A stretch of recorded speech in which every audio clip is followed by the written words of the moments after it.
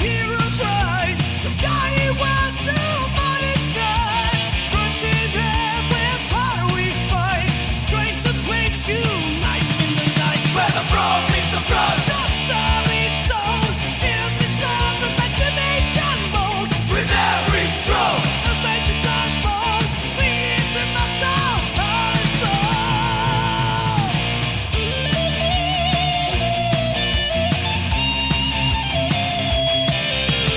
Guidance in hand and worlds to explore.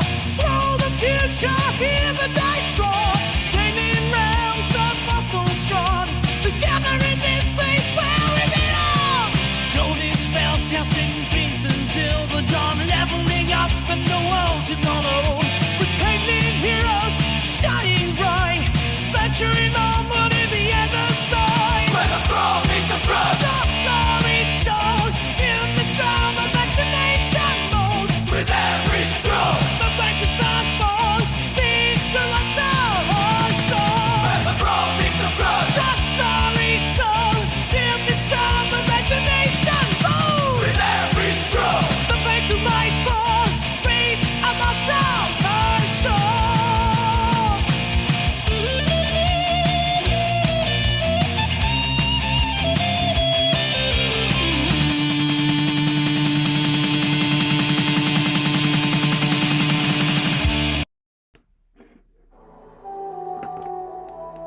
Hello, people. Hello, hello, hello. Let's move that cable out the way. Oh, come back. How are we? I haven't seen you guys in ages. It feels like such a long time. Does it or does it not? Woo! It's been a wee while, hasn't it? As they would say if we were in Scotland, but I'm not in Scotland. But or am I Scottish? But how are you guys? It's Friday. It's 7 PM here in BST. That means it's only time for the only show that you need to watch is Minis-N-Muscles, the place where the brawn meets... I haven't even got a brush ready. Meets the brush.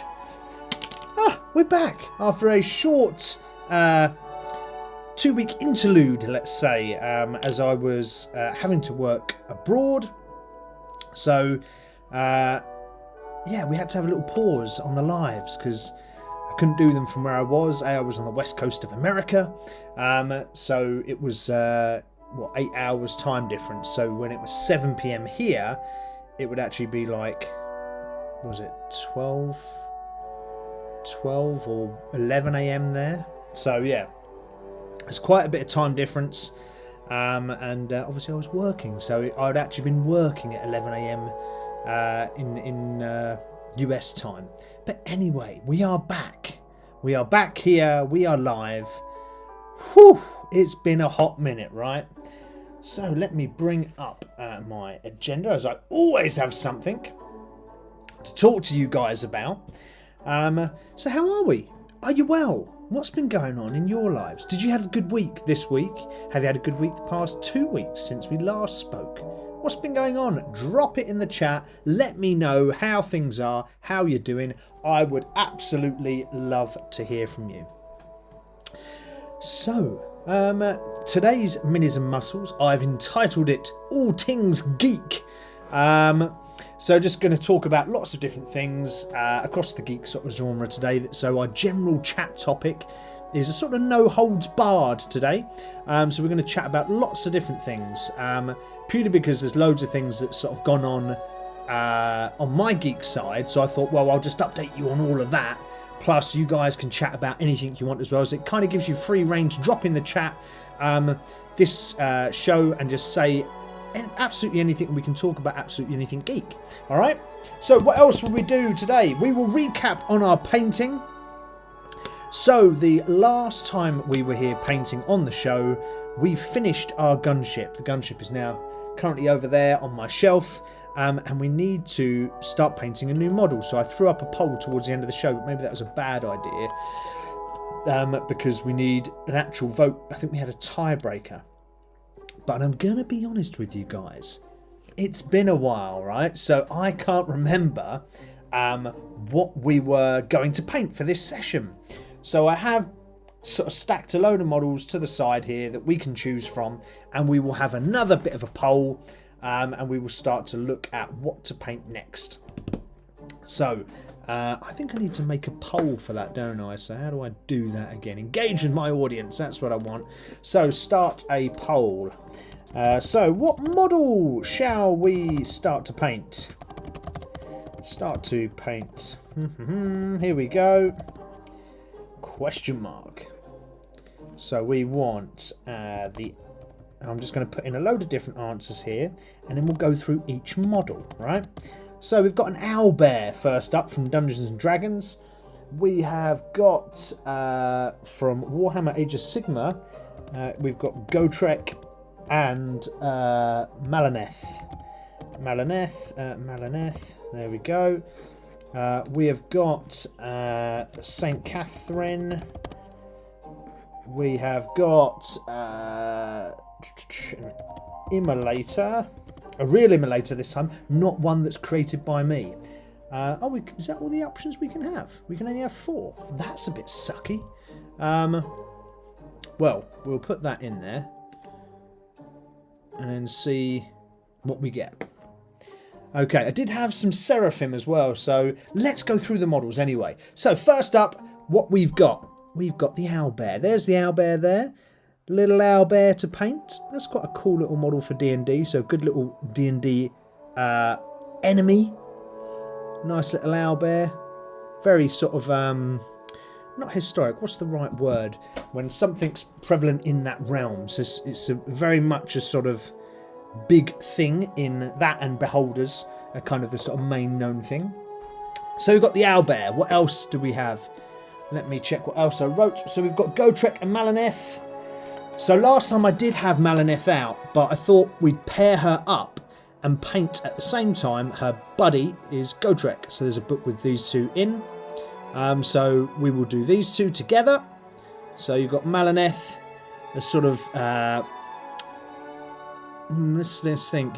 She's sort of like a assassin-y type figure, and then you've got Gotrek, typical dwarf, bright red hair and beard, on a nice stone. We've got those. What else have we got? We've got loads of models, but we've got this one, St. Catherine. So this is a massive model with loads of things going on there. Let's just turn the box over so you can see absolutely everything going on in this model. It's almost like a diorama in its own piece. So we've got that one, and we've also got, I did pick up this because I got it really cheap on a second-hand store. I've got an actual Immolator. So we created our own Immolator, so we kit bashed an Immolator, and I've now got an actual Immolator. So that's this one here. Okay, so we've got this tank as well. Oh, we've got Elias in the chat. How you doing, Elias? What's up? So I'll reply to you. There you go, sir. I hope you're well. Hope you're keeping all right. I saw in the Discord your Tyranids, and they look absolutely awesome. So well done on those, dude. I thought they were really cool. So we've already got a vote in on owlbear, so that's good. So we'll keep that poll up there for a while. Anyway, what else have we got on today's show? Well, as I said, the main discussion is going to be just a generalistic, geeky kind of chat, just to catch up on lots of different things. Probably after this intro, I will just update you on where I've been and what I've been up to. Then we'll go into the main topic.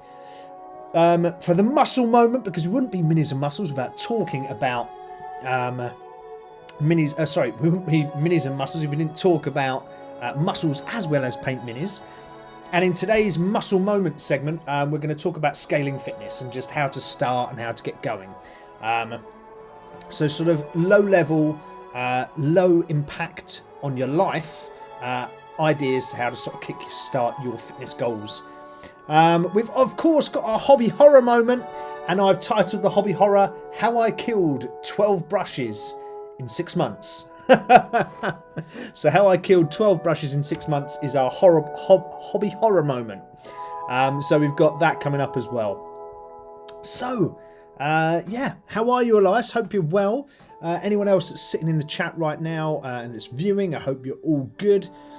So don't forget to drop a like in on the poll. So whatever you fancy, if you fancy us starting to paint the owlbear. Or if you think that we should be painting these two characters from Age of Sigmar, Warhammer Age of Sigmar, Malaneth and Gotrek. Or if you think we should be painting the rather large centerpiece, St. Catherine. Whoa. Or should we paint an immolator tank? It's not got all its armaments actually on it. I need to put the weapons on the front, but c'est la vie. So I got this very cheap. So I bought this. It was pre-painted in, I think it was undercoated in white, and I just sprayed it black. But I got this super cheap, and sometimes you just need extra tanks, extra firepower, so it was nice to get it. So yeah, that's what we've got to paint. So don't forget to drop into that chat and stick on your vote on the poll. Elias in the chat is saying, damn, 12. Yes, Elias, we will get to that hobby horror moment, and I will talk to you all about how I killed 12 paintbrushes in 6 months. Yeah, and it wasn't for doing that either. That's the good thing. Whilst we're waiting for those votes to drop in, I do have some Seraphim just sort of sat on the side here. So I will bring those in here and we can just start painting those, just so we've got a bit of a kick-off here, just so we're not sat there doing nothing. So Seraphim, for those that don't know, are part of the Sisters of Battle army. They are flying troops. They are mainly melee based because they've got these big power weapons. They've got their little jetpacks there, and I just need to sort of, I have undercoated them, but as you can see, we're at undercoat on the sprue, and I've cut them off. They've got little marks, so I'm just going to have to go over those and then add all the detail. I do have some that are sort of semi-done. They're not completely finished, but they're semi-done. This is kind of what they look like. I haven't finished this, obviously, but that's kind of what they look like. So I need to update those. So I think we'll just start off by doing these, just until we get enough votes in on our poll to start off on a new painting quest. So how are you all? I hope you are all very well. I hope, fingers crossed, that you've got some models ready to paint and you've got things ready to rock. Oh my gosh, I've just realised I have not got myself ready. I've laid out everything in front of me, but I haven't laid out one very important thing, and that's water. How are we going to clean our brushes if we don't have water? That's not good. Right, so I'm going to have to go behind this magic screen here and grab some water. It's not a problem. There we go. So I've gone behind the magic screen and I've got myself some water. There we are. I'm glad you're well, Elias. Hope you're keeping good. Hopefully those Tyranids are coming on. They were looking really cool, mate, so keep that going. Right, okay. So let's change our camera. And let's start doing some painting, shall we? So this week, the generalised topic for chat is all about just geeky things all over, right? So absolutely anything and everything geek. So we can talk about anything you like. I don't mind. Just so we can start to have a little bit of a catch-up between us.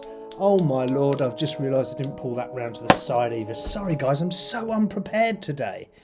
So unprepared, but that's the colour I'm going to use. So I'm going to use some Abaddon Black. I've got some other colours that I need. God, I feel rusty not doing this after a couple of weeks. I've got some Corax White. I will also need some Retributor armour as well. So I'll put that there.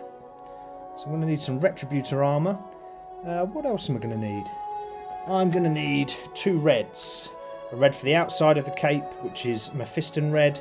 And for the inside of the cape, let's go corn red. Okay, so those are the colours that I'm going to be using. I'll just leave those in shot just in case you need those, whilst I go and grab my wet palette. I can't believe I'm forgetting all these things. This is what happens, you see, when you go away and you forget all about setting up for your stream properly. It hasn't even got water in it. Oh no, this is a disaster. But don't worry, because we are still going. Fear not, we are still going. Also just add some water to my wet palette. Get the paper into the tray. And hopefully we'll be able to actually start doing some painting. He says. So, fingers crossed now, I've actually got everything I need. Crikey, what a nightmare start to the show, eh? Right, here we go. Dear me, people. Hopefully your week hasn't been quite as bad as my administration here. Gosh, it's a bit of a nightmare, isn't it? Right, let's move these paints out of the way. Let's give them a little shake up on our little whirly gig over to the side here. Always makes a lovely noise for us. So, what was I going to talk about? First topic I was going to talk about... Oh, Eliza's saying, just like me when I try to do anything. Mate, don't worry. We all make mistakes. We all mess up. That's just natural. Whoosh, don't worry about it. Don't let it bother you. Doesn't matter whether you're painting or whether you're setting up for painting, whether you're, talking, whether you're doing whatever. If you make a mistake, don't worry. Doesn't matter whatsoever. But with our general chat today, given that it's absolutely anything geek, feel free to drop in the comments if you want to talk about something specific. We can take the conversation down that road. However, I was going to update you on my Pokemon cards. So I'm currently collecting for Stellar Crown, so Pokemon Scarlet and Violet Stellar Crown set. I'm pretty far into that now, so this is the second set that I'm trying to master. Now we are, or I am, I talk we as in the royal we, as in you the viewer and me. There's not that many cards I've got left now for this set, which is absolutely mega. I'm super excited because this will be the second set that I will have had a master completion on. So I'm about 10 cards away now from finishing that Pokemon set, which is pretty cool. Just in case you're wondering what I'm doing here, by the way, as I undercoat in black, and I do that on the sprue, when you cut them off, you end up with these little sort of grey patches here and there. I'm just literally filling in the grey patches, just so that she's all black on her armour. Guten Abend, Adrian. Wie geht's? How are you, Adrian? How you keeping, bro? Hope you're well. Yes, but back to the Pokemon set. Yeah, my Stellar Crown set is a 90-odd, very late 90s, complete with 10 sort of remaining. I've actually got to go pick one up tonight, which is really cool, which is a really rare card, which is lovely. And once I get that done, I don't know what I'll do next, because Pokemon's actually going for a bit of a weird time again, where everyone bloody wants Pokemon, and I mean every man and his dog. Now, even when I was in the US recently, they are still super popular there. And I mean, the Target shop that I went to, they had a delivery. It was limited to 2 packs a person. They were sold out the next day. Literally sold out. Couldn't get them anywhere. It is crazy in the Pokemon collecting world right now. People are buying and snapping up cards left, right and centre, which makes the newer sets exceptionally expensive. And I'm not a fan of that, because it really drives, general collectors out of the market. Now, you get all the scalpers that buy 50 million sets, and they put them on for sale at, a 50% markup, which annoys the heck out of me. Because, a pack that would be $4 is going for $8. It's ridiculous. It really annoyed me. I went out, obviously, I was in the west coast of America, which is a fairly expensive part of America anyway. But when I was out there, I went to a few collectors' places, and the single individual packets were so expensive, I couldn't believe it. They really were pricey, and like I say, a minimum of 50% added on. Most of the time it was like double the price of what they should be. So it's kind of putting me off starting another set until things calm down. I mean, I did manage to get a couple of packets of things, but I'm not sure if it won't be entirely the right set to collect, so we'll see. But yeah, so almost finished that second set. That second master set is almost done. I can literally taste the finish line, which is mega. I'm very excited for that, as you might be able to tell. That's going to be super cool. Because that means I have 2 master sets done. I think that's no mean feat. 2 master sets done in a year. I think that's a pretty good effort. Have you done better? Has anyone else finished a master set? My holiday, Adrian, it wasn't a holiday, it was work. Don't get me wrong, I had 3 days of holiday before I had to start work. Well, actually, that's a lie. It wasn't before I had to start work, but I did have 3 days of holiday in that period I was away, but it was mainly work, mate. So it wasn't like fun. However, I did go and watch the wrestling. So, being a geek, right? Even as a kid, I used to watch wrestling all the time, right? So WWF was the wrestling I used to watch at the time. Absolutely loved it. It was brilliant as a kid. Thoroughly enjoyed it. Never really watched it as an adult. Obviously still sort of saw it in the background and kept a sort of eye on things, but never really got into it as an adult. Now my cousin said to me, oh, should we go, and he started collecting actually, because he's like me, likes collecting. He started collecting wrestling belts. And he said, and I was sort of looking at him thinking, oh, these are actually really cool. And he said, oh, do you want to go watch some wrestling? I was like, hell yeah, I'll go watch some wrestling. Let's do it. So I said, oh, I'm out in the States, blah, blah, blah, for work. And then we booked the Money in the Bank event, which was where I was staying in the US, which was pretty damn cool. So I was well happy with that. We went and saw that live in LA. It was pretty epic. I know people probably laugh, but they put on a bloody good show, you know. And I know it's, you know, scripted or whatever, but I tell you what, those falls those guys and girls take, they're freaking real. Oh my word. Some of the falls they were taking, crikey, it would kill to fall on your back. There was one point, right, because there was a lot of ladders involved in the Money in the Bank, for those that don't know. And in the men's event, there was one point where there was 2 guys right at the top of this 15-foot ladder, and they were, you know, duking it out on the top. And one guy reached over, picked the other guy up by the sort of waist belt, and threw him over his back and went off the ladder with him. And that's a minimum of a 15-foot drop, sorry. And they both landed flat on their backs. And I don't care who you are, that is going to hurt. So you got to give them credit where credit's due, guys and girls. Wrestling, it's, you know, it is pretty impressive to watch. And the Americans put on a great show. They really do go all in. The stadium was very nice, actually. So the stadium was the Intuit Dome. That was very good. Good facility. The screens there are really, really good. So you don't miss a heartbeat. It's very cool. So yeah, I would 100% now recommend anybody, if they have the slight interest in wrestling, or if they're just curious, to go and watch it. Don't get me wrong, it's fairly pricey, but it's a great evening out. It really is a good evening. So I thoroughly enjoyed myself, and that was really the holiday part of me being away.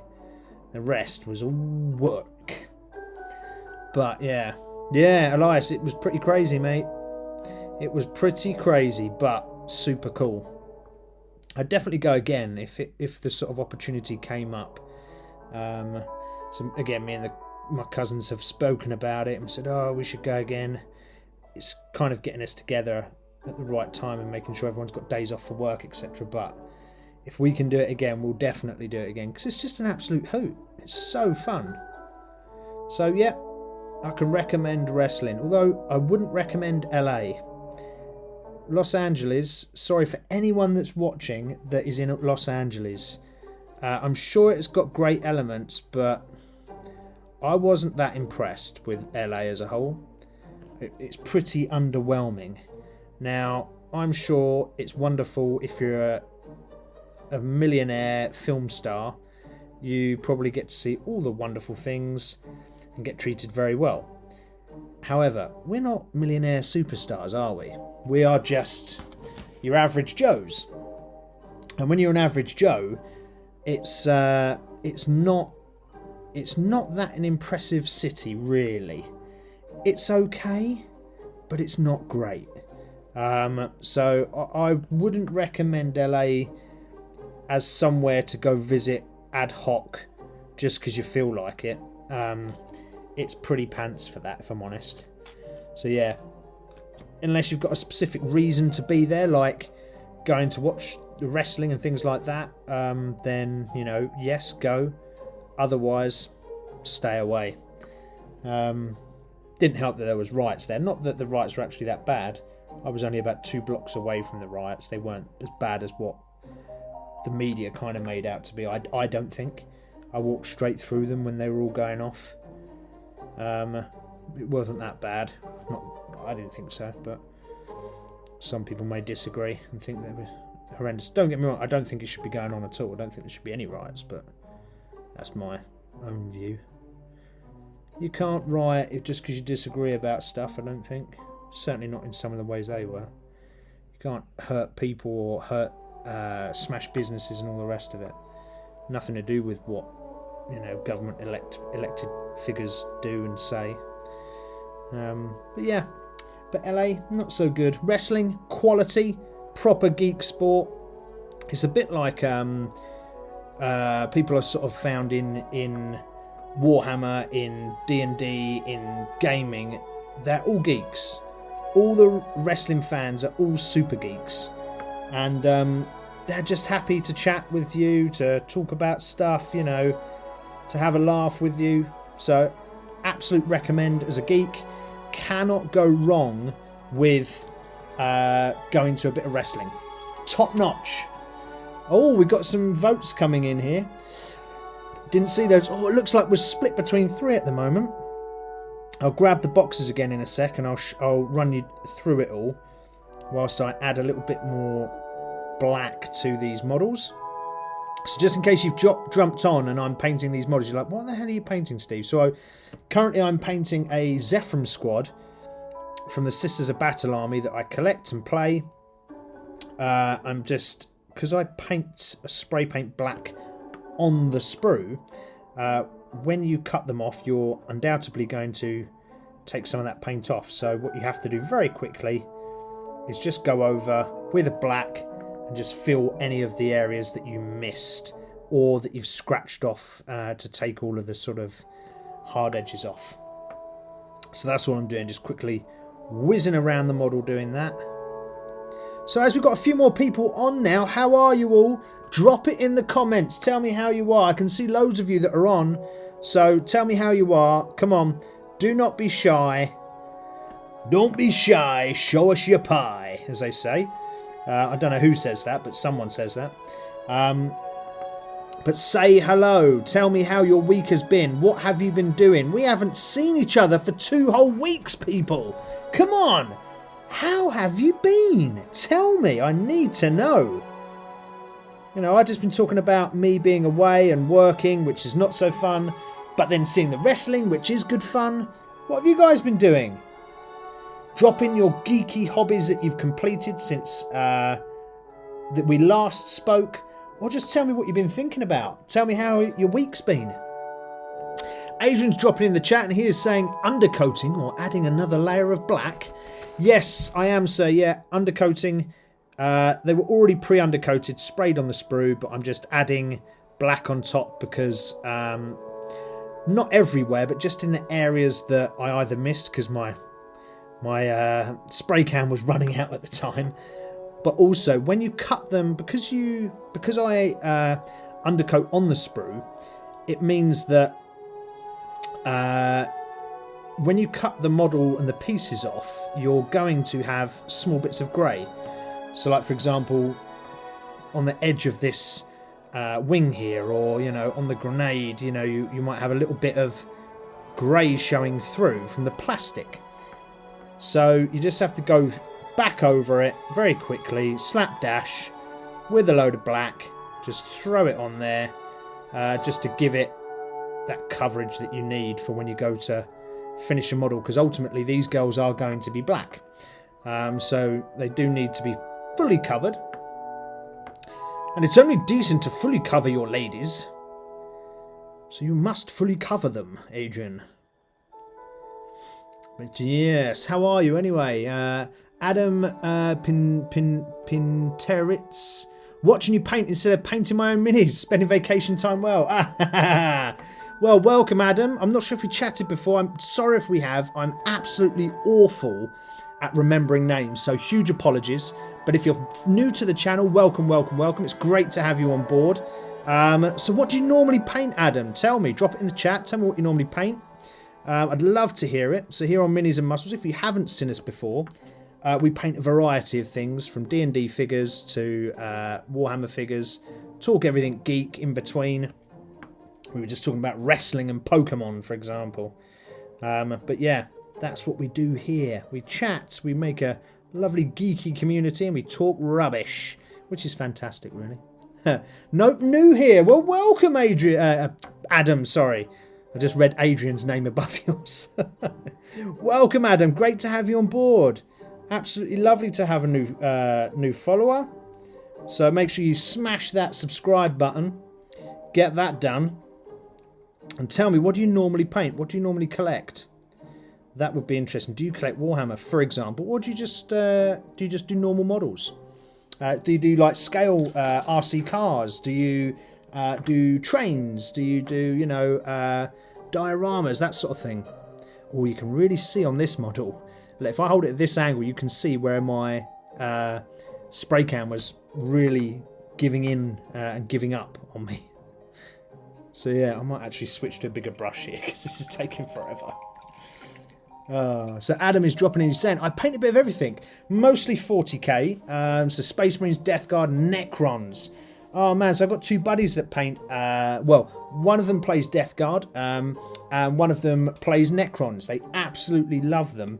So they really enjoy doing those. I've got some Space Marines too. I've got some Ultramarines that I paint. I have done some on the show, and I will probably pick up more at some point to paint more of my Space Marines, because I need to get them done as well. So I'm just finding at the moment when I'm playing Sisters of Battle, they're just not particularly competitive. So I play against quite a few armies. Sorry, only a couple of set armies. Necrons being one, World Eaters being another, Grey Knights. And these are all quite elite armies, really. And Sisters, I find, just get hammered. Even if I play tactically and try and keep my Sisters away from them and go for objectives, I get absolutely, as soon as they get into me, I get absolutely creamed. And it's no fun getting creamed off the table every single time. So yeah, so I might crack open some more Space Marines that I've got and start to paint those. But what you could do, Adam, is you could take a vote on the poll that's in there. So on the poll that we've got going, it's the vote for the next model to paint. So last show, we finished off our gunship. So I did an Ultramarines gunship, so you would have probably liked that one. That was painted, that was finished off. This is kind of just an in-trim because I collect Sisters anyway. But what we do have is we have a couple of options here. I've got, let's just swap cameras. So I've got a owlbear here. So that's one option to do, owlbear. Okay, there's your owlbear figure. Really great enemy in D&D. We've also got some Warhammer Age of Sigmar. So we've got Gotrek and we've got Malaneth. So those two figures are part of a book series. So I thought we'd do them together. So you've got a crazy dwarf, barbarian, and a sort of a human assassin. We've got that. We have got this monster of a set. This is the Triumph of St. Catherine. This is a massive piece you can play in Warhammer 40,000, but it's very much a diorama piece. So if I switch it over there, you can and zoom it right in, look, you can see how detailed and how many things are on this model. Super detailed. Or I did pick up this immolator tank, again for Sisters of Battle, so we can just paint that, because I picked it up second hand. It was very cheap, so I thought, oh, I'll just take that one. So we could finish that if you want. So those are our options. Stick in your votes into the poll. Let me know what you think. It'd be great to get the next model up. And whilst we wait for a few more votes to come in, we can continue painting these to fill the time. Adrian's saying, I put in an order at the Aldershot Games shop for the Cyberpunk Red Rulebook. Oh, bro, you should have grabbed that at Contingency. I'm pretty sure, unless that's a brand new Cyberpunk book, there was a load there at Contingency. I don't know if it's any cheaper or not, but you could have got that there. But yeah, Cyberpunk's super popular. Super popular. I've not played it myself, but it does look very cool. In fact, Adrian, didn't you play Cyberpunk at Contingency? So for those that don't know, Contingency is a convention here in the UK, held once a year, around January every year. And you go there, basically play loads of tabletop RPGs all day long. That is all you do. All you do. Just game it up. So Adrian and I went there as part of the military veterans group, Tactical Advance to Game. So we went there under the guise of our sort of parent charity, which is Game Therapy UK. So we went there with Game Therapy UK and we joined in all the fun, and it was very, very good. So well worth going if you're ever thinking of a cheap convention to go to for a lot of fun, to play tabletop RPGs. That's Contingency. It's held in Norfolk in the UK, and it is very, very good. Super cheap to do, super cheap to attend, absolutely well worth it. So look into that if you're into that kind of thing. Adam saying, picking up first busts next week to paint as gifts. Oh, wow. Jump pack and standard bearer looks nice. Is that out of the kit or a conversion? No, this is absolutely standard. Yeah, this is absolutely standard. This is what they do look like. I started putting some. I've got another squad here. So I started putting some colour on this one. And this is what they do look like. I need to do all the detail on the flag. But this is what they do start to look like as you put a bit of colour into them. Sorry, my camera angle's really bad. There you go. Should be able to see a little bit there. Yeah, so that's what they look like. They're pretty cool. I like these models a lot. That's one of the reasons why I chose Sisters of Battle, actually. Just because I didn't choose the army because they were the best army out or anything like that. I chose the army purely because they look cool. They've got a load of nice models. The range is quite broad. So I thought, right, I'll go with them.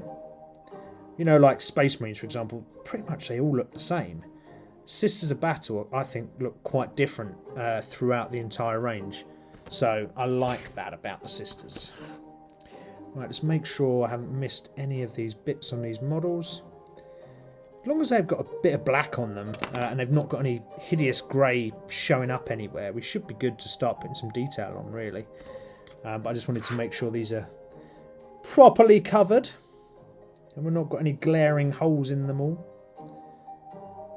Yeah, only thing is this one was a pain in the bum to do because you've got like this little bit of the cloak here that sticks out.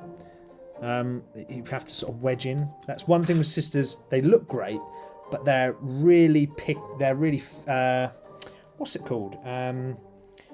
Dainty. They're very dainty. So I don't know if I can swap my camera here. Let's see if it works. Phone cam. Does it go to it? No, it doesn't go to my phone cam. Damn it. Okay. All right. We won't go to phone cam because it's not working. But nevertheless, I was just going to show you the Sisters and what they all look like all together. But it's okay. So, already voted, said Adam. Nice one, Adam. Well done, mate. Adrian saying, didn't play at Contingency, although I resisted buying it at Dragon Con. Oh, okay. Yeah, it's a good. I think Pete plays it. Adrian, Colour Me Pete. So I think he's played it, and I think he really liked it. I think it was him, or it might have been one of the other guys that's there on the show at the event. But it's really well liked. Cyberpunk, great video game. If you like the video game, that's super cool as well. Anyway, what are my next talking points? Oh yeah, given we was chatting about Warhammer, actually, let's zoom in a little bit so we've got a bit more zoom. I was going to actually talk about when you're collecting your armies. The next sort of general chat topic would be about looks versus playability. Now, when I first got into Warhammer, as I just said a minute ago, I chose the Sisters of Battle because they look freaking cool. I really loved the black and red vibes that you get with the models. So I was just like, oh, okay, I'll just go with that flow because it looks cool. I went to the shop, didn't read any of the book, as in the codex, and just bought a load of models. Now, this is a good thing to do in some respects, buying for rule of cool, because it inspires you to paint, and it makes you think, oh yeah, I really like that model, so I want to paint that, I want to get that done. However, I would say there's just one, after sort of actually playing and not just painting Warhammer for, you know, the last year roughly, of playing, that is, I would say there is one drawback to that. What you find is that you end up having to go back to the shop to buy even more because you've bought the wrong models, which can be quite expensive, and then it can be quite time consuming to ensure that you get because then you have to go back and paint them all, right? So for example, I've never had Zephyrin before, so I had to go back and get some more of these, and now I'm obviously painting them.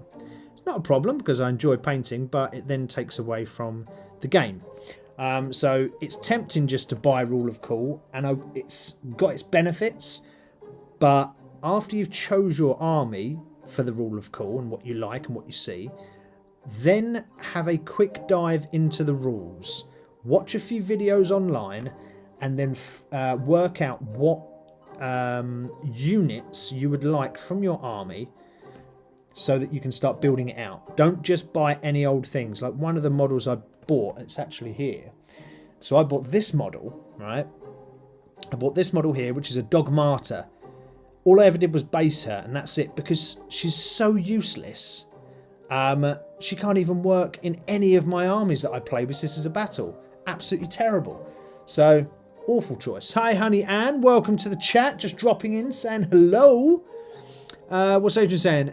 Not getting any Saturnine termes. Saturnine termes? I don't know what Saturn means, but I assume you mean Terminators.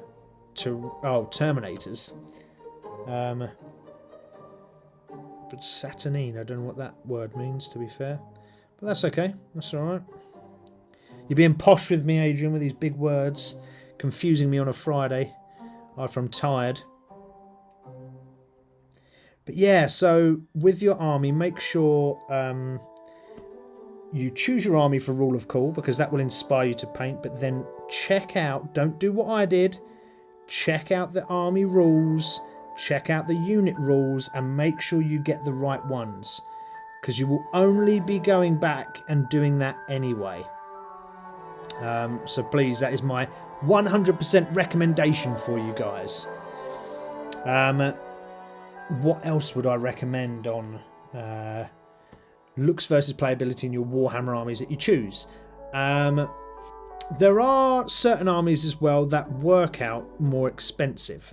So if you're running on a budget, make sure that you consider exactly what you're doing and what you're needing. So again, it comes back to that sort of understanding the army before you go all in.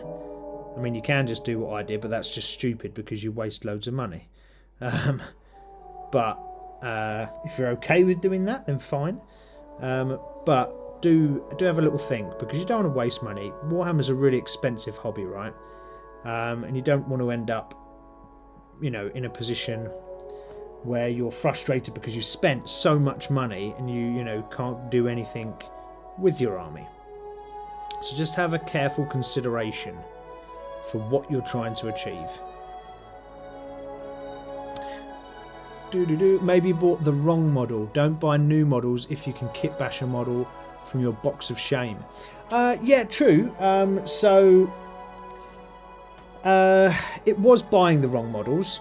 As I said, it was not understanding what the models did necessarily, because before I even read the codex, I just bought a load of models, because I'd never played Warhammer until the last year. I'd never played it. I'd only painted it. So it became very clear once I built those models and put them together that I had none of the items I needed. So, like, part of your Warhammer army's got a thing called battle lines. A battle line is like your standard troops. Every army's got them. And generally speaking, you need your battle line. Your armies don't really function without them. Or very rarely, unless you've got, like, some star centerpiece item that, like, absolutely kicks ass. Now, the Battle Sisters need and have to have Battle Sister squads within them, within their armies. They don't really function that well without them, because they need those Battle Sister squads to perform basic tasks, whether that's screening the opponent out or whether that is you know, capturing objectives. They don't work without them. And when I got my Sister Battle Army together, I had none. So I bought all these models and I had none. And I tried to put the army together and I just didn't have enough points. So I then had to run out like a madman and buy the right items. So just make sure you read that codex. But your point, Adrian, about kit bashing is right. You can make, quite often, you can make other units, characters from your bits and bobs that you might have. Now, you can't take them to tournaments because they won't allow you to play with kit bashed items at tournaments, generally speaking.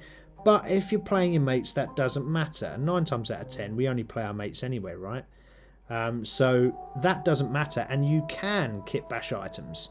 So we've done that on this channel. We've kit bashed an immolator tank, and I've used that. I've used that with my mates, and they were absolutely cool with it. So, you know, you can kit bash from what you've got, and that's a good way to save some cash. Instead of spending £55 on an immolator tank, which I didn't want to spend at the time, I had an old Rhino and I had some old bits, and I just made my own. And it worked, didn't look too bad at all. I mean, I do have an actual immolator tank now, which is in the chat, the poll options, because I got it super cheap, second hand. There's your other option. So you've got kit bash or you've got purchase second hand. I purchased this one second hand, and it's absolutely brilliant. It's awesome for the money I paid for it as well.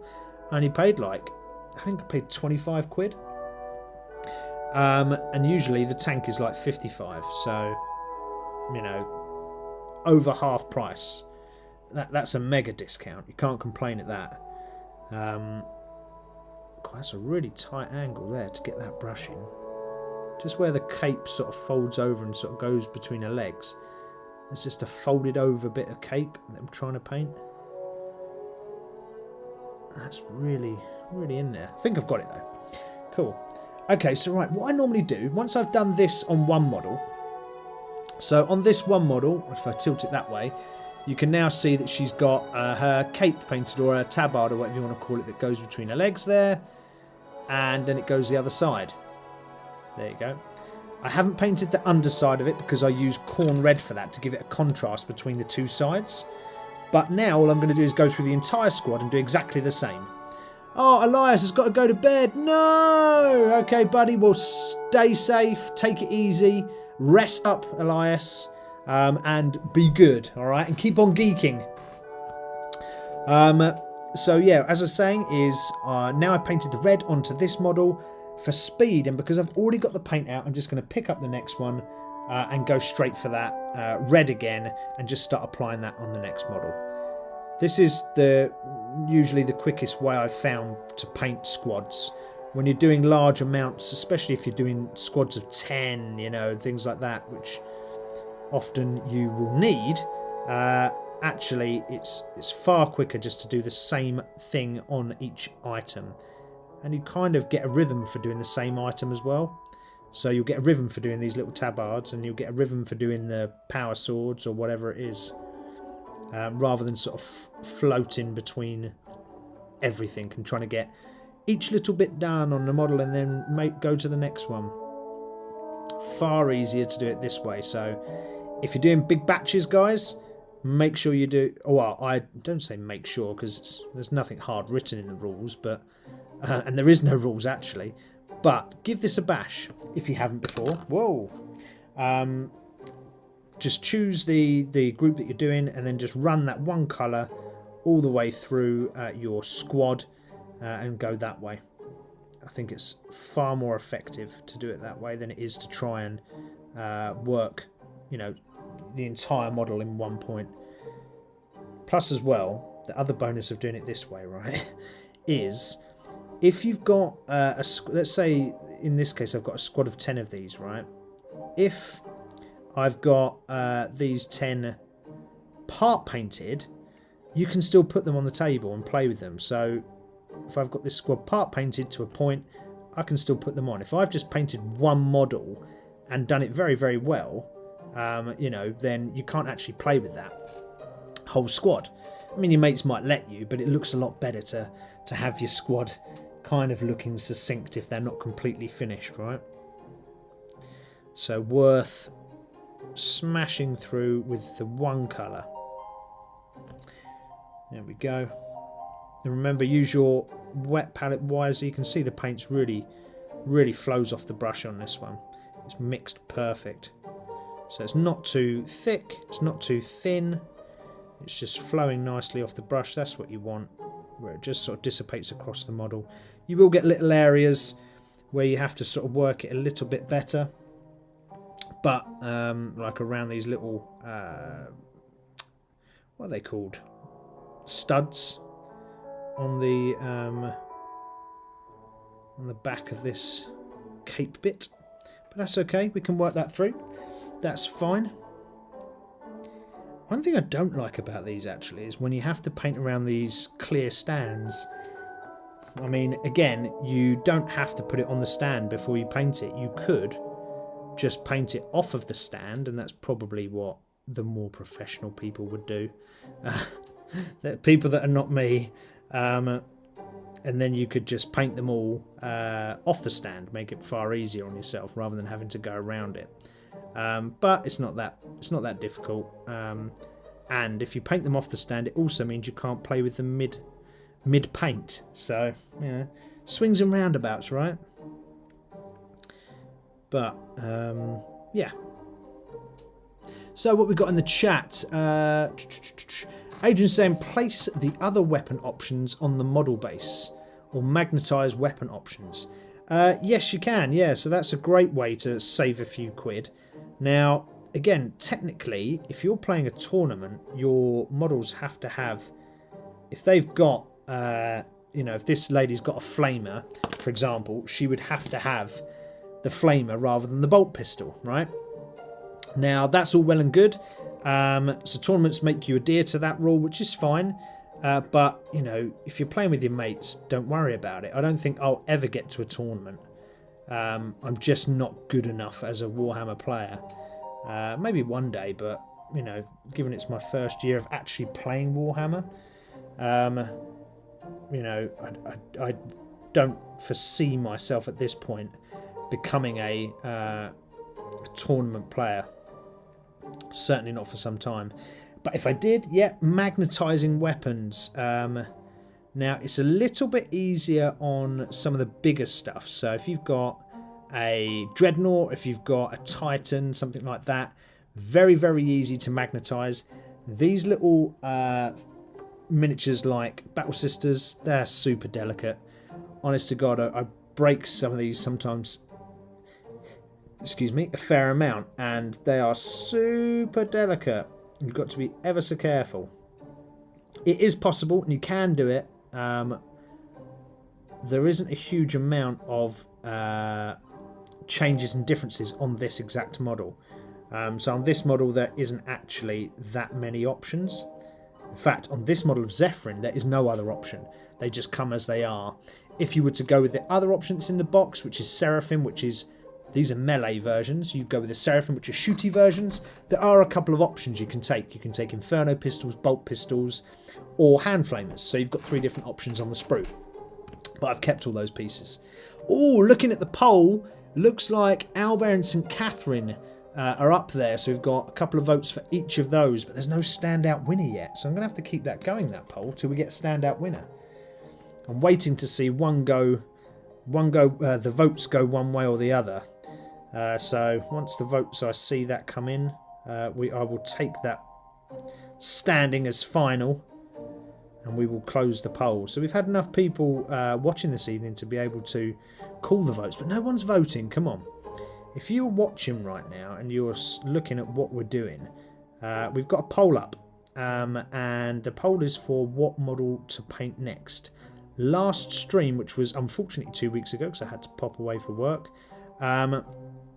we finished painting an Ultramarines gunship. You can find that video in, if you look through our homepage, you'll see it there. But we finished painting the Ultramarines gunship, and we were like, right, well, what's next? What next do we do?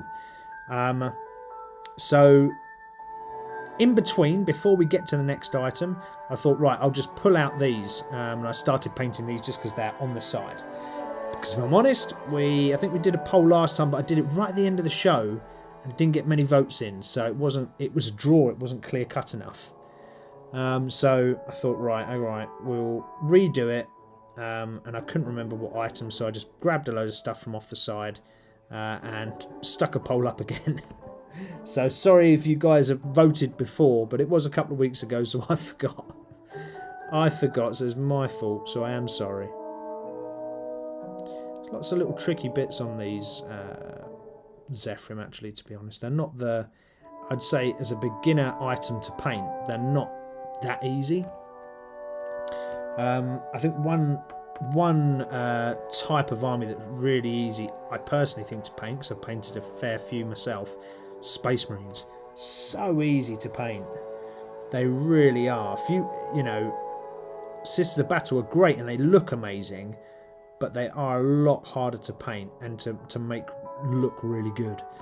Not that it's impossible, and they're not so ninja hard, but because they're so small and dainty, they've got all these tiny little areas to paint, whereas Space Marines are quite simplistic, which makes it far easier to paint, right? If you're doing a simplistic pattern, or you've got these sort of larger areas to paint, it makes it a lot easier. So yeah, if you're just starting out, if you just joined the channel and you've turned on for the first time, or maybe you've been a long time watcher, I would recommend trying something. Just get a little box of Space Marines and just try those. If of course Warhammer is your thing, and you're interested in Warhammer, I'd say Space Marines are quite easy to paint as a first timer, that is. JPC's online. He says, as usual, at work. Hello, sir. Well, just because you're at work, JPC, don't let me down in the vote, okay? If you've just joined, you'll see the poll. Get going on the poll. Let's just switch across to the front view for you, JPC. So we're voting on the owlbear. Right, so we'll paint the owlbear next. Or we will paint these two, Malaneth and Gotrek. So a dwarf and a human. Dwarf, barbarian, and human sort of assassin. Or we will paint and build, actually, because we've got to build this one, is the Triumph of St. Catherine. So that's a huge diorama, but it is a piece that can be used on the field. Or lastly, we've got an actual immolator tank. We built a custom immolator tank, but I got this one dead cheap, so I thought, sod it. We'll just get that. So make sure you drop a vote into the poll and just tell me what you think we should paint next. or anyone else that's watching. We've got quite a few people watching, so jump on in there. Don't be shy. Tell me what you think. And then we can get that next model painted. And until then, I shall continue to paint these. Zephyrim, sorry. So I'll continue to paint these until we get to the final vote. So I'm looking for one separation. So far we've been tied the whole blooming way. Which is typical, right? You put a vote out and you'd end up with bloody ties. So I'll have to keep my eye on that. Anyway, so we're talking about Warhammers and you know, choosing your army and how to go about that. There was another geeky topic that I wanted to talk about today. Oh, Adam sent off to the gym. Happy streaming and voting, everybody. Ah, good man, off to the gym. Get those muscles working, bro. What are you doing, Adam? Is it anything interesting? What did I do yesterday? It was chest yesterday for me. A chest day. Oh, no, it was. No, yeah, it was chest yesterday. The day before it was legs.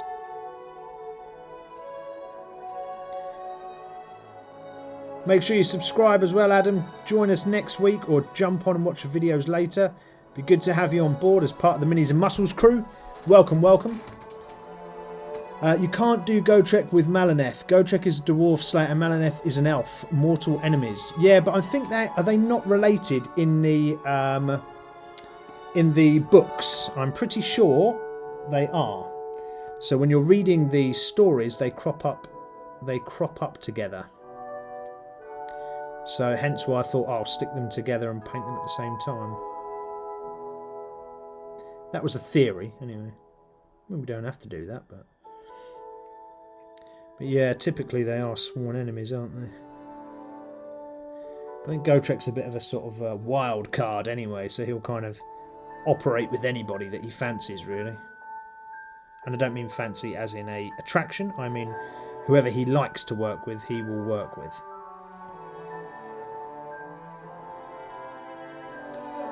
God, it's just trying to slip that brush underneath there.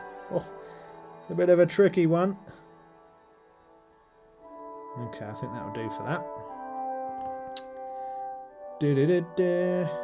What else we got here? I'm waiting for that last vote to come in. So if you've just jumped on, get on that poll and stick in your vote. We are voting for the next model to paint here on Minis and Muscles. I would love to know what you would like us to paint. We've got 4 options available. We've actually got more than that if we really can't come to a decision. But the options are an owlbear from the D&D world, so a sort of enemy, not character, but an enemy monster. That's the word I was looking for. So we have the owlbear. Then we've got a load of Warhammer stuff. So we've got Gotrek and Malaneth. We've got Malaneth is, as Adrian said, is a female elf assassin. And then we've got Gotrek, who is a dwarf barbarian. We've got those to paint. We have also got the Triumph of St. Catherine, which is like a massive diorama piece. We actually need to build that one. So that's a big piece to build. It's got lots of working pieces to it and sort of minis within a mini, if that makes sense. So we've got that to do. Or we have got the Immolator tank. So any of those we can do and we can start up. I just need to know what you want. Oh! We've got a winner! Da, da, da, da, da, da, da. I will end the poll there. Awesome. So, the next one chosen is the owlbear. Righty, so there we go. 7 votes come in, and it looks like owlbear is top. So we will put aside my Sisters of Battle. Ladies, you're going to have to park yourselves over there. And we're going to have to bring the owlbear into the equation, aren't we? Right, move that over there. Bring this in. Here he is. This is what you voted for. Here's the little owlbear. Well, it's not too little, actually. I guess if you put it up, this is a 32mm figure, but it's not that small in comparison. D&D is normally 28mm. But right, so let's get to work on this then. First thing we're going to have to do, I'll zoom out a little bit because it's a bit of a bigger binny. So first thing we're going to do is, because this is a 3D printed one, we're just going to have to take off some of the extra sort of little bits that haven't been cleaned as such. So you can see when you go around some of these 3D printed models, I don't know if you can see just under here, possibly not, but there's a load of little connecting bits of plastic or resin where the mould has been created. So what you've got to do is you've got to go around the whole model, take a look for all of these and just sort of knock them off. They fall off really easy. Don't do what I did and take the claw off. That's not a good idea. But they fall off really easy anyway. You can just sort of scratch them off as such. And that's what we're going to have to do here. So we want him to look decent. Got a few little bits in there. Okay. Ah! Stabbed myself. Well done, Steve. Do that all the time. Don't know if you guys do that all the time, or is it just me? Always end up sort of stabbing myself or cutting myself or doing silly things. Yeah, so we're going to go around the whole model and we're just going to take off all these little nubbins that are sort of sticking off from the print. Once we're happy and we're satisfied with that, we can then... Oh, that's broken. That's a shame. So look on the back there, it should be stuck there. We can stick him back later, but once we're happy, we've got all the little nubbins, we can then start undercoating. So again, for me, I always like a dark undercoat, so I will probably just undercoat in black again with this one. So we'll get the big dry brush out, we'll slap some black all over it and get that painted up as quick as possible so we can start putting some browns in there. There we go. Alright, I think we've got majority of them. Yeah, I think so. I'm pretty happy that we've got all those off that we needed to get off. Cool. Alrighty. Have you washed it in warm soapy water? Yeah, he was already pre-washed. Apparently, anyway. We'll soon find out if he wasn't, because when we go to put the paint on, it won't stick. But it's meant to come pre-washed, so or pre-cleaned. Because when you buy resin models, just in case those don't know, you should wash them before you paint them, because otherwise the stuff that they use to set the model, the resin, doesn't work well with paint. So we'll soon see. This seems to be going on okay. So what would happen if this wasn't pre-washed? What you'd see is like air bubbles come through, or like the paint come patchy with holes in it. But actually this is looking alright, so we're good, Adrian, we're good. So if you do buy a resin model, make sure, especially if you buy off something like Etsy, make sure you double check and wash the model before you paint. I have had that before where I sort of jumped in there, got all excited, jumped in there, slapped the paint on and then realised 2 seconds later it's all falling off. So that's not so good. But this one is all pre-done. I bought this from... I want to say... This was at Dragon Meat I got this. I want to say it's the people at something like Mammoth Games, I think? Or Mammoth Models or something similar. And they had a competition running, basically. So, yeah, if you subscribed to them on some platform, you then got a free model. So I was like, oh, great, I'll do that. So I did, and I got a free model. Nothing wrong with a free model, I'll tell you that much. Because even something like this small will cost a couple of quid. It at least cost you probably 10 quid. Sometimes you just don't, you know, us geeks just love an extra model, so it's just like, oh, I don't want to pay 10 quid for it. But anyway, Sailor V, you've got to pay for some stuff. But when you don't have to, it just feels all the better. Here we go, let's stick on the last bit of black. Again, when you're doing this kind of thing, just get an old brush. This is like an old sort of dry brush type thing, large area brush. Just slap it on. You don't, with undercoat, you don't have to worry too much about it being perfect or, you know, level or anything like that. Just throw it on, get it over the model, get it painted black. Or if you're going on white, you can absolutely do that too. Go on undercoat on white. I used to, when I was a kid, undercoat on white, and I thought that was better. But as I've got older, I preferred undercoating in black because I find it actually makes the painting and model easier. So when you're sort of got that, you're trying to do detail and things like that. Like what you will see is as we're doing these sort of larger feathers that are on this, having black as an undercoat will help make the larger models look more, larger feathers on this arm here look like they stand out more and they look more 3D. The colours also are less vibrant. So it's funny because I painted some Terminators, some Space Marine Terminators with white undercoat because I'd run out of black. And then I put them up against the rest of my army, which are all undercoated in black, and they look completely different. The colour looks, and that's the same colour, it's just the undercoat. And it really does change how the colours come across. So do be aware of that. If you're undercoating, make sure you're undercoating your entire army, or whatever. If you need them to look the same, make sure you undercoat in the same colour. That's really important because they do look vastly different.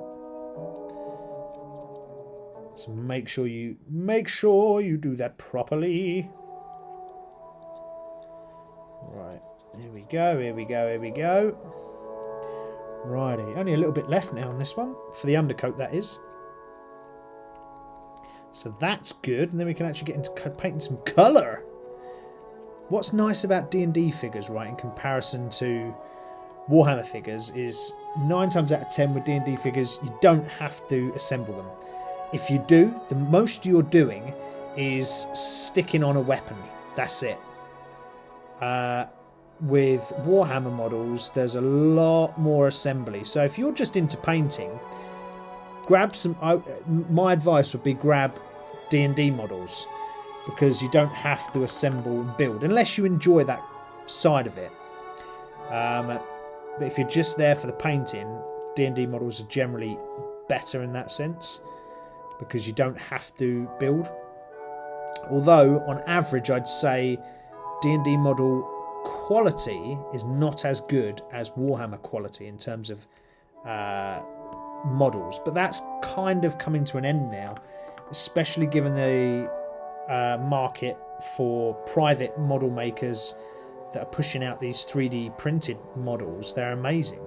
Like, although this is a 3D printed company model, people are making them just as good as this, and you'll be really shocked when you see some of the stuff that comes out some people's houses. It's absolutely bloody fantastic. So don't be put off by Etsy or something like that to save a few quid. They really are good.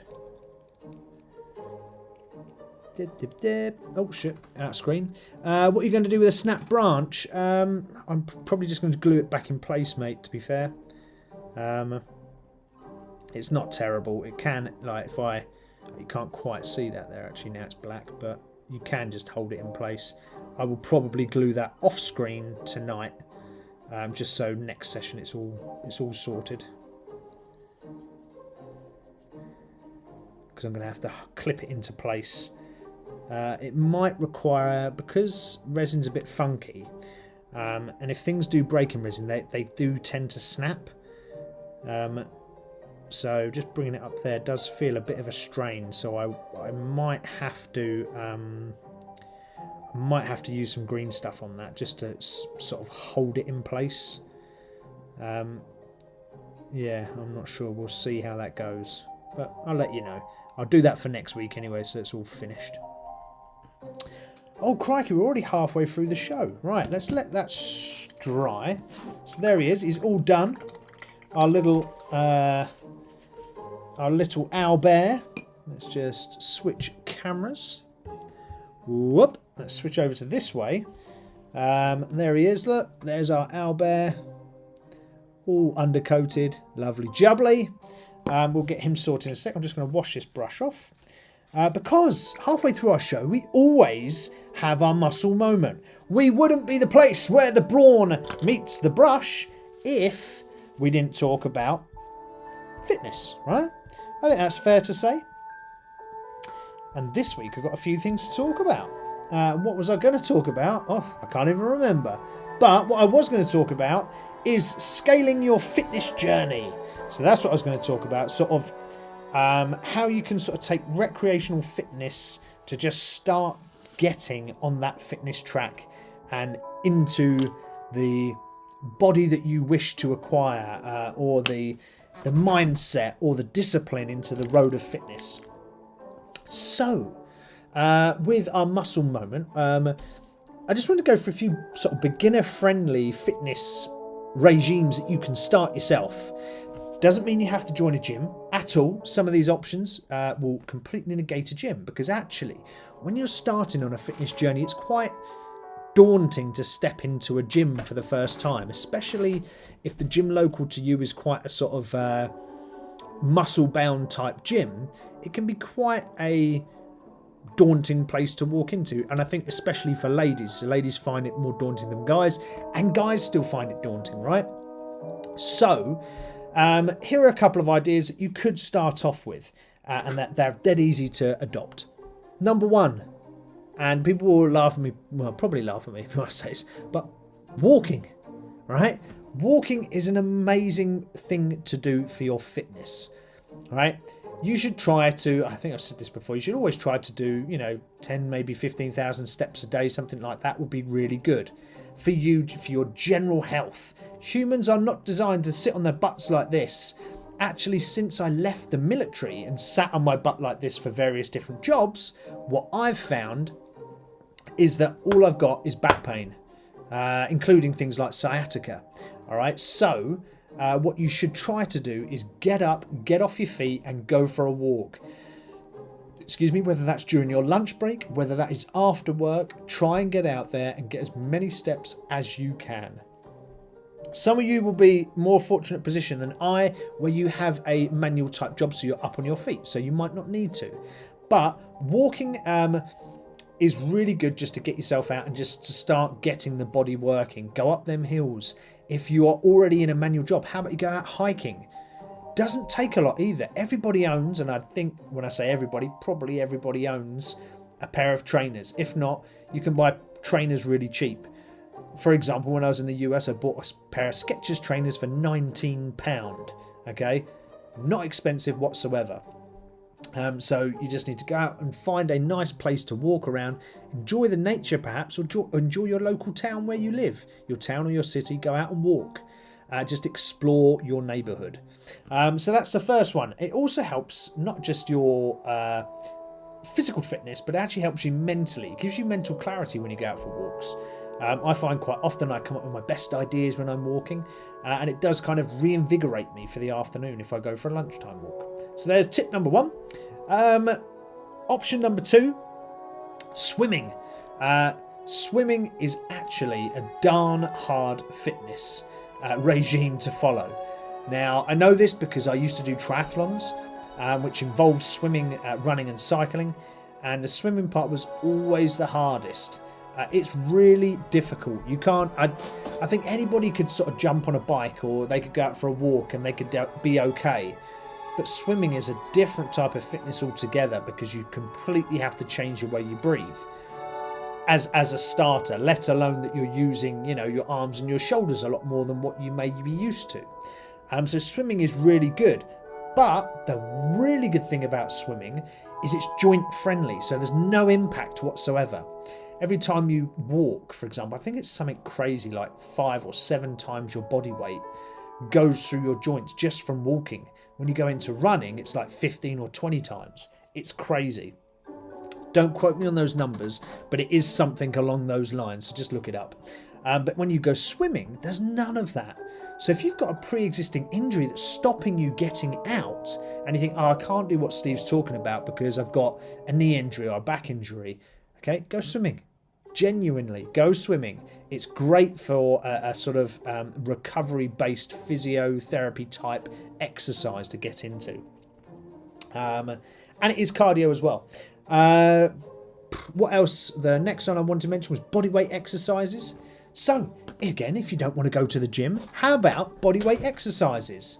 Adrian's jumping in the chat and saying swimming is good for healing injuries too. Yeah, that's what I mean in a physiotherapy type capacity. It's really good for building muscles back up if you've had an injury. So bodyweight exercises, that's things like press-ups, sit-ups, tricep dips, you know, or squats. Just doing that in your house. You don't need anybody around you. You could just put a bag on your back with a few cans of beans in the back and do some squats. You could go out into the garden and do some press-ups. These exercises cost you nothing and can be done anywhere, wherever you are in the whole entire world. I've done this kind of body weight regimes from hotels before when I've been away with work. Absolutely brilliant. There's a couple of really good things that you can do with body weight exercises. Now, there's things that you might have heard of before, like the Insanity workout regime. You can buy they do a subscription now via an app, but you could buy the DVD off eBay for about £5, maybe less.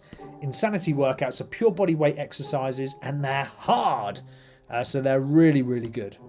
What else could you do? You could do fitness games. So fitness type games that you could do. Well, what do you mean by that, Steve? Well, you could do things like the VR fitness games that are now out. I'm sure you've probably all seen through social media and all the rest of it, this sort of craze around this VR mirror. And you stand in front of the mirror. It's not quite virtual reality, but it's an interactive AI mirror that you stand in front of, and it tells you the exercises, watches you whilst you do it, and tells you if you're doing it correctly. There's stuff like that. Watches, you can get watches like Apple Watches that tell you exercises to do. There's loads of these sort of interactions, and when you do these, you get sort of like electronic rewards. So like on an Apple Watch, it will come back and give you a badge and say, well done, you've done your first body weight exercise, well done, you've done your first walk, and it will start rewarding you. Fitbits are really good for that. They used to do things like walking trails, like around, I don't know, Mount Everest, for example. And as you walk around the trail, you unlock things as you go around the map. So Fitbit was very good. I haven't had them for a few years, so I don't know if they still do it. Tins of beans have mass. Yeah, exactly. Tins of beans, bags of sugar, bags of flour, potatoes, whatever you've got really to have a weight around the house. You know, you can get a bag of spuds and just lift them above your head. Absolutely. So that's fitness games. One thing I always do say, and even if you are a keen fitness connoisseur, stretching and mobility. Make sure that you stretch and make sure you're looking after your joints. That should be a 1 hour session or a 45-minute session every week as a minimum, even if you are, you know, pro athlete, and that's as a minimum really. So get out there and try doing some stretching and mobility. Sit yourself down, nice relaxing music. There's plenty of workouts on YouTube that you can follow for free, or there's guides that you could sort of download PDFs off of the internet for that. And lastly, there's group classes and social movements like park runs. Stuff like this is really good for intros to fitness journeys because it encourages you to get out. One of the big things I was talked about before is having a training buddy. You might not know someone in your area that wants to go along this training regime with you. So actually going to a Zumba class or going to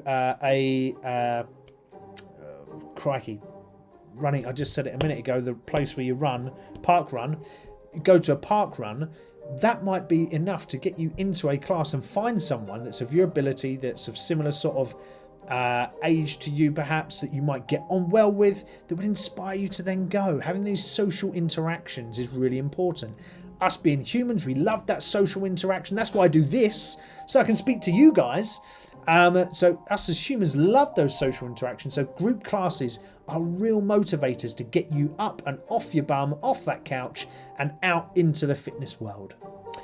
All right, so last point. You don't have to lift heavy and look like The Rock or Arnold Schwarzenegger to, start getting into your fitness journey. Scale up is the smart way to do it, and starting with those 5 or 6 points that I just gave you are really good starting blocks to get you there. All right, as ever, if you do need some advice and need some help, drop some comments in the video. Do message me, let me know. I will be happy to talk to you, happy to help you out. Anyway, back to the painting. Boop. There he is. There's our owlbear. So, what colours are we going to go for? I don't know. Now, I've got some browns over here, so probably going to go some browns. But what I want to look for now is different shades. So if I just clear this out of the way, I'm going to go for, I think, these 3 shades here. There you go. So we've got Rhinox Hide is our kind of dark. We've got our light, let's put it this way. Then we've got, in the middle, we've got Morfang Brown. And then at the lighter sort of phase, we've got this Gawthor Brown as well. So those are our 3 colours that I'm going to try and use on this fella here. Alright, so this is going to be our basic colour. Then we're going to start to lighten him up. Then we're going to do the real top end highlights in Gawthor Brown. Alrighty, that is what we're going to do to this guy. So to do that, for the first colour, we're going to look at using our big brush. So I've just got this big brush to use for our first colour. That's what we're going to use. Oh, just shake that up, get that ready. I'm just going to scroll through that a second, just so I'm getting to the right talking point, back into our geeky conversation. Oh, I don't know, I've put too much brown on my wet palette there, I think. But never mind. Right, let's get it going, shall we? So I'm going to be quite slapdash. I'm not going to worry about getting into all the nooks and crannies just yet, because sometimes it's nice to leave some of these depressions in the model and leave them looking darker, because it gives that appearance of depth, and it also allows a little bit of tone to come through. So don't worry too much about covering absolutely every single piece of the model, right? Don't worry about it. Just trust in the process. It might not look right to begin with, but actually as we get there, it will soon come clear that this is a nice way to do it. So don't worry about getting every single recess covered. Alright, you don't need to worry about that. Just get the brown on, and we will work through the rest of the colours and just see how it looks. You can always go back and change it. So I've got a fair amount of paint on my brush, but not a huge amount. The areas perhaps that you want to be more thick in colour, then you can have a bit more paint on your brush. But again, don't worry, don't panic. If this was a real animal, it wouldn't be perfect in terms of the coloration anyway. So why do you need to be when you're painting? There's my question.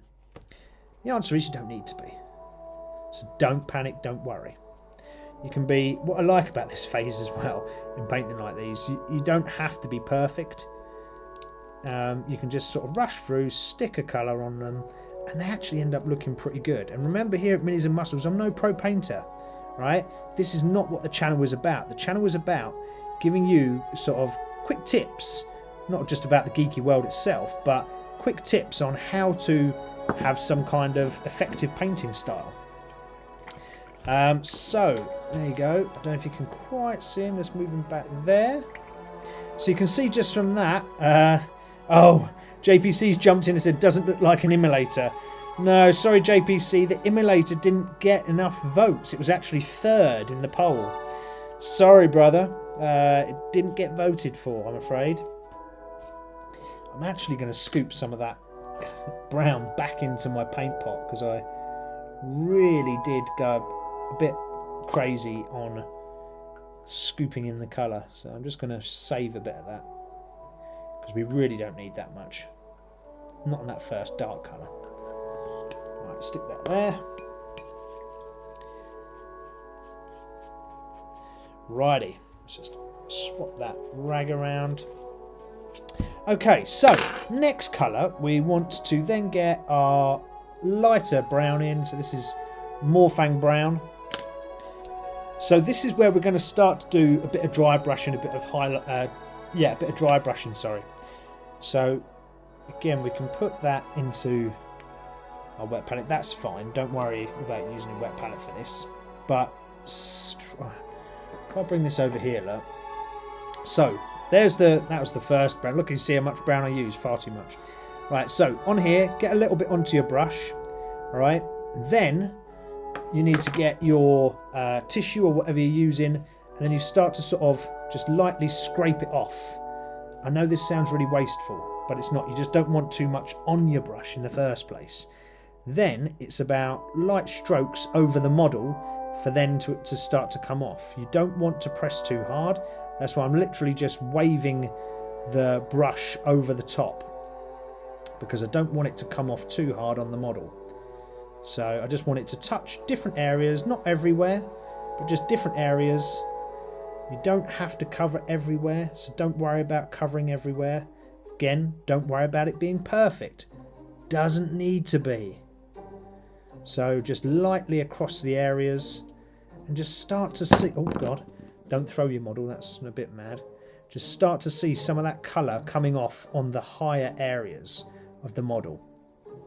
Don't worry about getting it all in the recess, don't need to. That's not the aim here. All we're going for is quick and easy. Remember, that's what we're here for, Minis-N-Muscles. We're not here to delay your gaming and make you paint like a pro. We could do that, right? You know, it's not a problem. We can do. I am going to put a little bit more colour into the belly, actually, just because quite often you find with animals they do have like a lighter colour on the belly. Let's come around this way.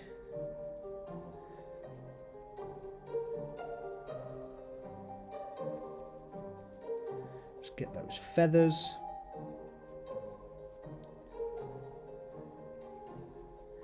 Right, already this looks pretty good. So we've got some blacks coming through. We've got some the dark Rhinox hide brown coming through. We've got this lighter Gawthor brown on the top. And then we're going to go and do exactly the same. Just put a bit too much brown on there, so I'm just going to try and spread that. Then we're going to do exactly the same with the even lighter brown. So, same process. Do exactly the same again. Clean your brush off. Get a little bit of the lighter browns. There's only 3 colours we're using. And we're going to do exactly the same. And then just see how it turns out.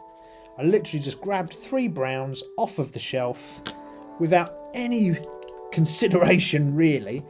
Oh, I forgot to say one thing, actually. I know the light's really poor right now. I have bought some new lights to go up here. So I've got some new lights. I got them just before I then had to go away. So I will hopefully get them up possibly this weekend. So bear with. Righty, so got the lighter brown in there. Let's just dab that off on there. So this time, dab off a little bit more than you did before. The reason being is you want this to be really subtle now. This is where the sort of subtle highlighting comes in. Or sorry, dry brushing comes in. So it doesn't have to be everywhere even. It just has to be in patches. Little tiny areas. Just go over and scoop over and you should see that that brown starts, that lighter brown, or the lighter colour, whatever you're using, starts to come off in tiny little areas. That's all you want. Doesn't have to be everywhere. Just has to be here, there, throughout the model, okay? And you're looking for all those raised edges. All those raised edges, all those bits that are really sticking out.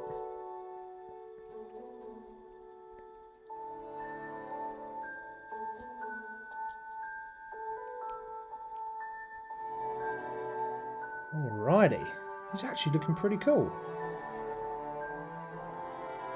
So you can see the 3 different tones. I know you can't quite make it out on his back actually, it's not particularly great light, so apologies. But you have got 3 tones across the back here, which is quite nice. That's what we want. Alrighty. Look at that already. This is what I love sometimes about models, how quickly you can paint them. And how quickly, you know, you could, although he's not finished, you could stick that on the table and be like, right, there you go, done. And you could literally leave him like that if you wanted. But we're not going to, but you could. I'm just going to take out some technical Warhammer paint now, just to, and it's this grey paint here, just to do the rocks underneath. I quite like, it's got bits in this technical paint, but I just quite like the colour of this grey. So I'm just going to sling this grey across on the rocks. And you'll see within 10 minutes of painting this model how quickly it starts to come together. I do like that. Again, with models like this, it's not, you're not looking at adding a huge amount of detail like you would to a person's model, as in a model of a person or a character where you've got, you know, loads of different weapons or different hairs, different pouches. You know, you're not trying to do that. You're literally smashing through on a bit of colour. I do love the simplicity.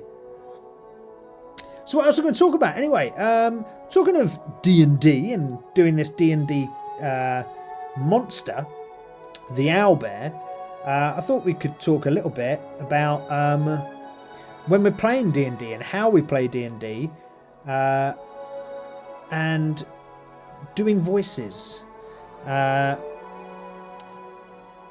I think I might have actually spoke about this before. I can't remember. Do tell me if I have. I do forget sometimes. But I love doing voices. It doesn't matter what voice it is, whether it's a silly Scottish voice or a cute little squeaky voice or whatever it is. I love doing silly voices. And unfortunately, it fits in well with the world of tabletop role-playing games. Now, this doesn't mean you have to do a voice, by the way. Oh, I've just realised on this model, he's stood on a deer. Didn't even spot that. Did not even spot that deer. Did anyone else spot that deer? It wasn't a twig. It's a deer antler. Oh my lord. Didn't even realise. How silly. Oh, crikey, that's completely thrown me off. Alright, we'll have to do the deer then, won't we? Oh dear. Oh dear. Oh, there you go. Didn't mean that pun. What was I saying? Oh yeah, voices. So voices can be real good fun because they throw you into the game a little bit deeper. It kind of commits you to and invests you into being part of the game. Not essential. You don't have to do voices, but when you do, what I've found when you play D&D, it makes everyone listen a little bit more to what you're saying, for starters. It brings your character to life, so it gives your character a bit of something beyond, you know, oh, I'm just going to roll to kill this, or I'm going to just investigate this, or go here, or do that. You know, actually talking your way through as if you were your character brings that character to life and brings them out. Now, it might feel like you're being a bit of an idiot to begin with, and you feel a bit of a fool, or you feel a bit goofy doing it. Don't worry about it. This is the geek world. In the geek world, you have like a free license to be a goofball, to be an absolute fool, and it's okay.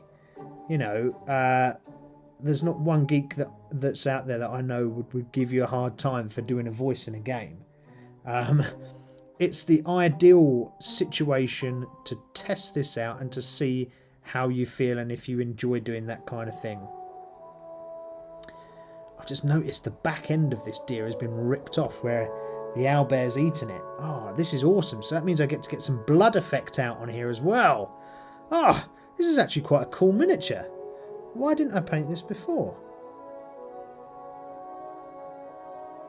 I don't know the answer. So all I've gone through now is with a slightly different brown again. I was trying to sort of find a more, I was going to say deer coloured brown, but that kind of reddy brown. Because you find, well, I think you find deers are more that kind of reddy kind of brown. So I'm just slapping the paint on for now. And just seeing how it looks before I commit to any sort of shading or colouring further. But it's looking alright so far, actually. I quite like it. But yeah, with TTRPGs, give a little voice a go. Give a little voice a go, throw yourself in there, and see how you find it. It can massively influence gameplay, it can bring you into the story, it can bring others along with you, which is really important because it's a tabletop game with other people. And the more you bring others on your journey, the more sort of excited and thrilled they will be to be on part of that with you. So I would 100% recommend trying a little voice on your character, if you can. If you feel brave.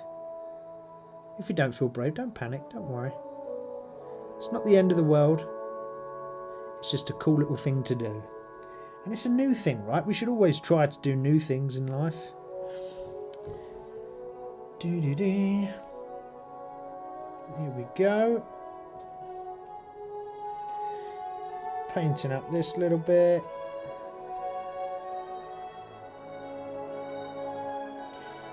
So we're getting there slowly. We've got that little deer on the bottom there. We've already put 2 layers into our owlbear himself. So, you know, this is going to be painted pretty quick. We might not finish it in this session, but second session this will be done and ready to put on a table. Which, you know, is actually quite nice. Smashing through a model. Feels like you have a little sense of achievement when you finish one as well, doesn't it? There we go. Right, I'm just checking I haven't missed anything. So sorry if I'm popping out of the camera there. Just wanted to check and get it a bit closer to my old eyes to make sure that I'm getting the right areas and getting the right bits done. There we go. Just need a little bit around the back here before I can put the blood on. There we are. Oh, I forgot that bit around his head. No.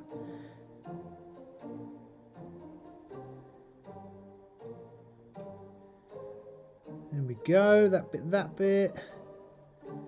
Right, now the rest is antler. So we need a little sort of bony kind of colour, don't we? That's what we need. So that will be next. So probably for that I would suggest... Oh, sorry. I would suggest something along the lines of... Where is it? Wraithbone. I find is quite a nice colour to use for any bone. And then get some shade across it. So we'll do that in a sec. But Wraithbone is a great colour to use. But already... I really like this model. He's really cool. Now I've sort of taken a moment to look at him. It's actually very, very cool. So good choice. So for those that voted for the owlbear, I appreciate you. Good vote. Righty. So let's...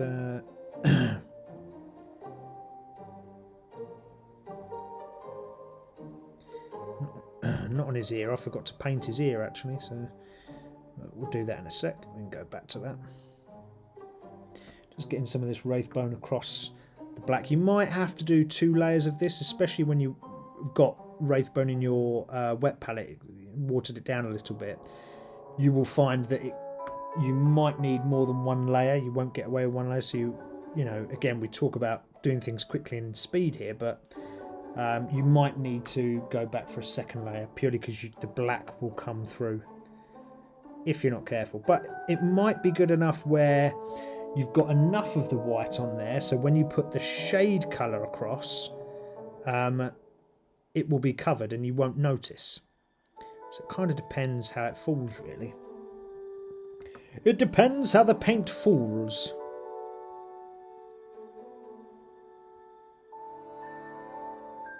Yeah. See on this bit here, I don't know if you can see just on that bit, but it was just a bit thin. There we go.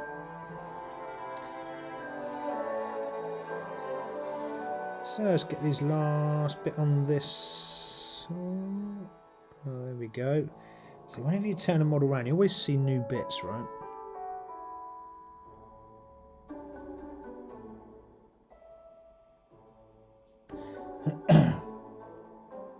What else I want to talk about?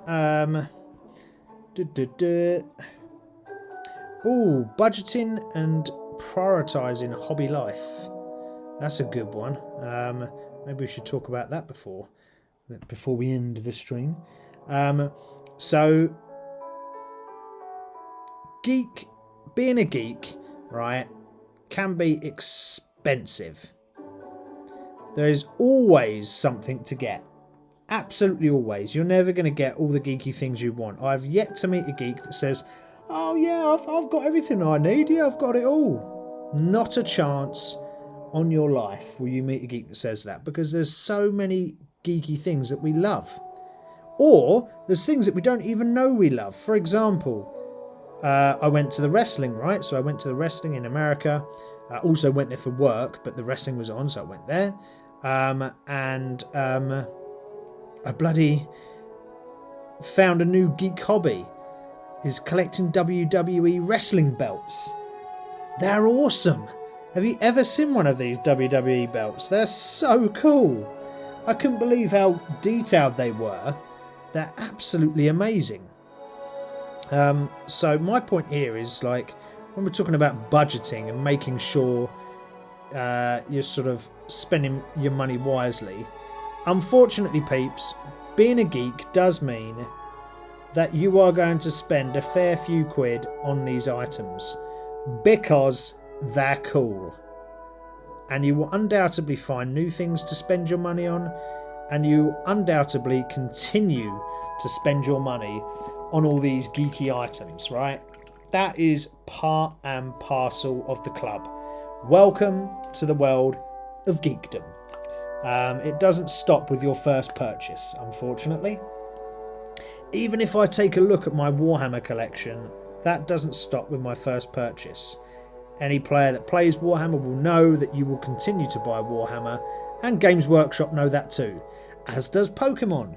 They know that you will continue to buy their cards forevermore once you're in the trap. So it becomes quite clear early on that you need to be ever so careful with what you buy.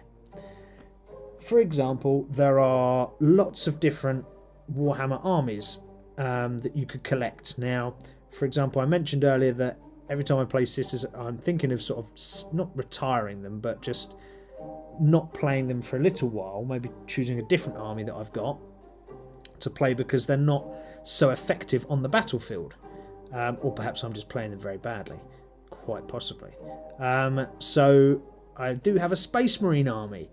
Now, I could just go out, and a buddy of mine said, oh, why don't you go and get these ones? These are really cool. And I was like, yeah, they are cool, but it's another cost. You know, and you can't keep spending and spending and spending money on XYZ. There's always things that you could get, whether it's a new PC or whether it's a new army and Warhammer, whether you start collecting a new set of Pokemon. There's so many things all the time, and new computer game to buy. It's like, it's never ending. The geek world does not stop. So what should you be wary of? Well, be wary of balancing your geeky obsessions against real life. So real life has a cost. None of us, despite the most hardcore fan, can escape the cost of real life. Now, that means we have to sometimes be a little bit real with ourselves and stop our crazy little geek minds from getting too excited and buying the next X, Y, or Z, right? We have to limit ourselves. So do set yourself budgets. It's always good to know how much you spend every month anyway on the rest of your money, so you can account to how much you have for your own. Make a little spreadsheet up, put your bills into it, put your money that you earn every month into it, and then you can say, right, well, I have X amount left for my geeky hobbies. And you can completely assign that X to your geeky hobbies without guilt, without worry, and you can go and spend that money freely. But if you don't, you can end up in a right slippery slope. And I'm sure plenty of you have. So someone's fallen asleep on the hearts button again. No, that's awesome. I'm glad that someone's pushing the heart button. Welcome back, mystery heart pusher, whoever you are. Who are you, mystery heart pusher? So, and if you're new to the channel, if you've not seen before, we have someone that pops on the channel and they smash all the hearts button and the likes button and they just continually press them. Still don't know who that person is to this day, and it doesn't matter that I don't know, but yeah, it's quite funny just to see them pop in. So, mystery emoji pusher, thank you for joining us here on Minis and Muscles. I appreciate you very much. Thank you. Alright, so you can see here we've got the deer done, and we've got the owlbear done, or the main part of the owlbear done, which is pretty good. They're still going. Now it's laughy faces. Oh dear, mystery button pusher. Who are you? I'm just going to paint the claws on the owlbear. So again, I'm going to use the bone colour for this, and to dull them down so they don't look, you know, so stand out, I will just put a wash over them.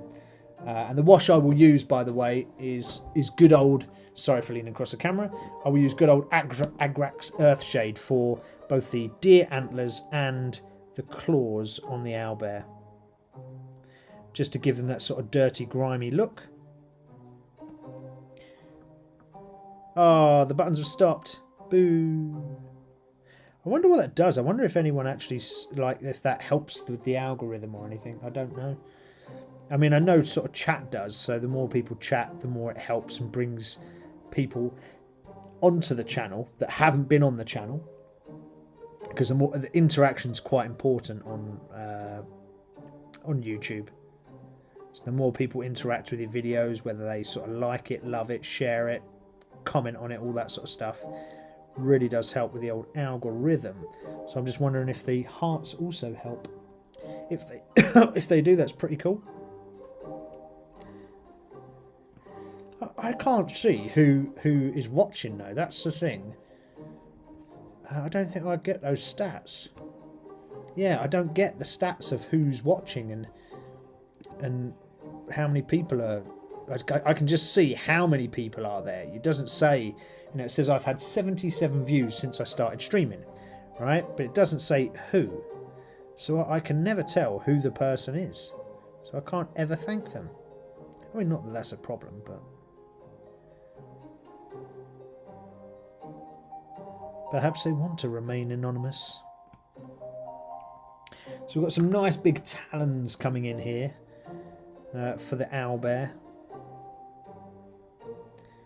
And again, simplistic lines, simplistic shapes, really easy to paint. This model is like gloriously easy. I'll try and remember where I got this model.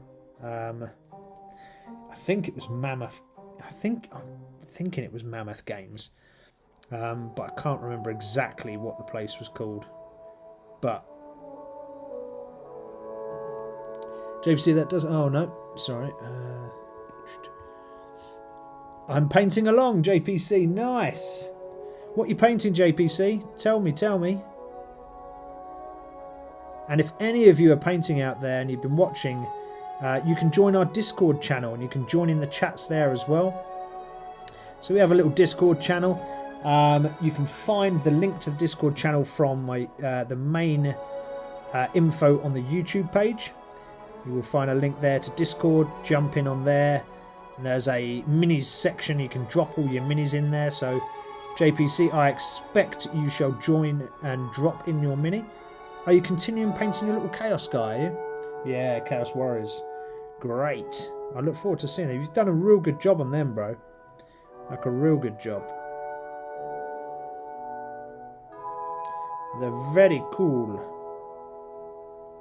To be fair, we've got some great painters on the channel that sort of watch. There's a lot of people that do some really good bit of artwork.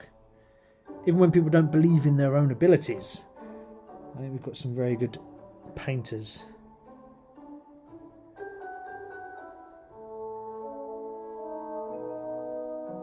There we go, just get behind there. I do need to just... I've got a little bit of that real dark brown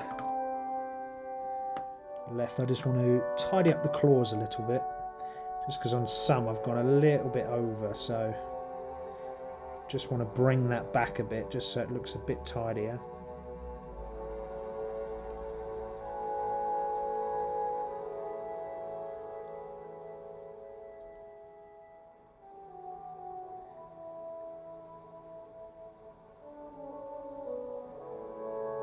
There we go. I've got shaky hands tonight. That's not good. Makes painting ever so difficult if you've got shaky hands. Sometimes I get them, sometimes I don't. I don't know if it's where I need a coffee or I've had too much coffee maybe. We've got about 10 minutes left of the show. No, 5 minutes left of the show. Crikey, it's gone fast tonight.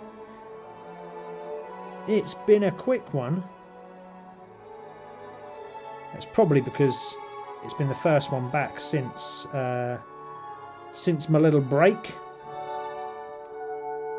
Right, okay, so that's good. We want some orange for the beak because that's standout. So let's stick some orange in there.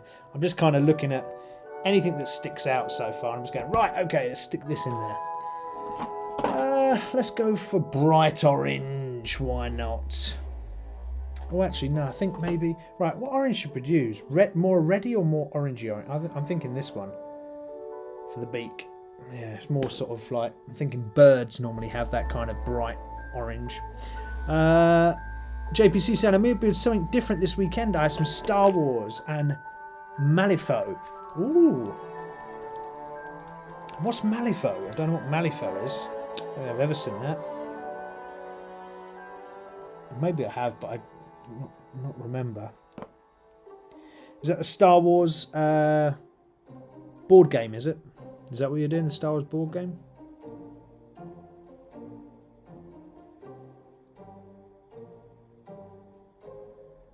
There we go. Right, it's a board game, Star Wars board game stroke tabletop game, isn't it? It looks pretty cool, to be fair. I see it in my local game store because they have quite a heavy player base there. And it is quite cool. Or it looks cool, should I say. The minis from it look very good.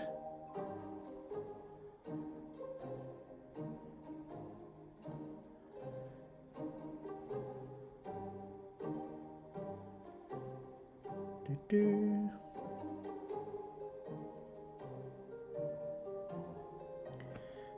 we go.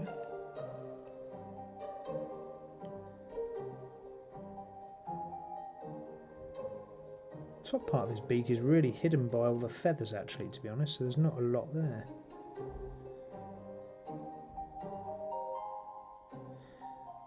There we go. Got that in. Let's get some corn red for the tongue. Corn red's normally better for the tongue than Mephiston red because it's just a bit darker. So it looks a little bit more like a sort of body part type useful colour rather than a bright red, which looks kind of would look fake. Or I think it looks more fake anyway. Doo-doo-doo.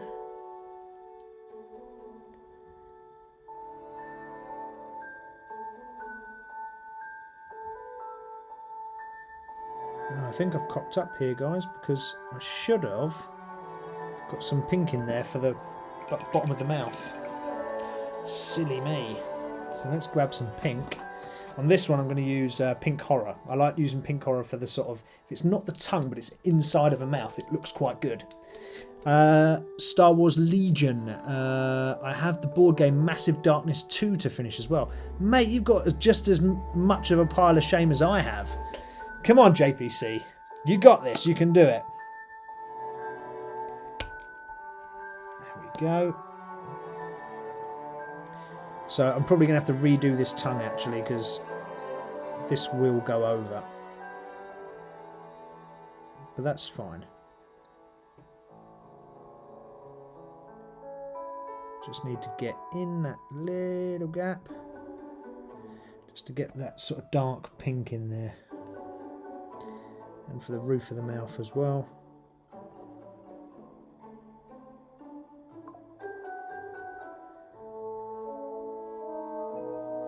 Yeah, sometimes when you forget a little bit, it's fine. Oh, I've gone over the edge of that tongue, but there's no worry. It's no biggie. Doesn't look bad just because I have. There's a little bit there that I have gone over. It actually looks quite good. Who knew?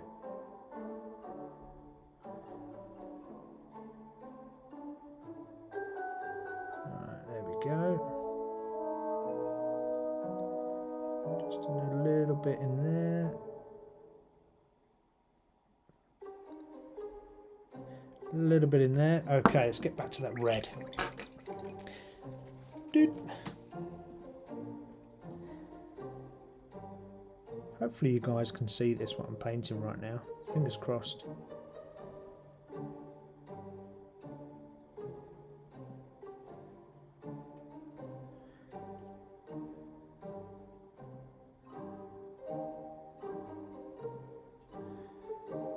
There we go. So you've got like, you've got the pink in the mouth, but you've also got the red on the tongue as well. Looks a lot better. Okay, cool. I'm happy with that now. That's better. That's better. Right. Only thing I want to do is I just want to tidy up the edge. Just put that dark brown that we've got, the base colour, just around the edge, just to tidy it up a little bit, just to make sure it's not going over and it's tight.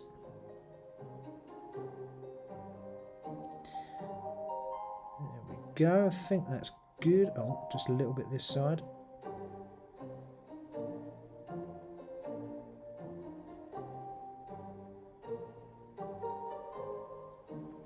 Under the beak. Lovely. Okay, cool. Alright, that looks pretty good. Okay, so there's our little owlbear. That's how he's getting on. Not too bad, right? And that is 3 quick dry brushes over the top of the base of black. And then a couple of key colours for, you know, the deer and the rock. And then the claws. That's it. And oh, the mouth. It's a sod all that we've done. And already that looks pretty good. And you could put that onto your tabletop and play with that. Although it's not finished, and we will finish this next week. But great choice. And I've really enjoyed painting this model tonight. I've also really enjoyed being back. So actually seeing you guys and talking to everyone, including those that have joined for the first time and tuned in. Make sure, please, please, please, subscribe to the channel. It's great to have new followers, so please do subscribe. Let's grow this community. Join the Discord if you want to join in some chats outside of the lives that we do here on Minis and Muscles. We will be back next week. Oh, actually, that was a good point. I forgot to say, I was going to consider changing the day of Minis and Muscles from a Friday to a Thursday. I've lost a load of viewers and everyone's sort of dropped off, so I probably shouldn't do a vote now. But I was going to move from a Friday to a Thursday. What are we thinking, guys? Is a Thursday a better night? Because I've been doing this almost a year. It's coming up to a year I've been doing this. Is a Thursday a better night to do a live stream? I don't know what you think, but so if I say, when should the live stream happen? Oh no, I need a poll, not a Q&A. Where's that? Start a poll. There you go. When should... Oh god, I can't type now. Live stream go on. Should it be Thursday?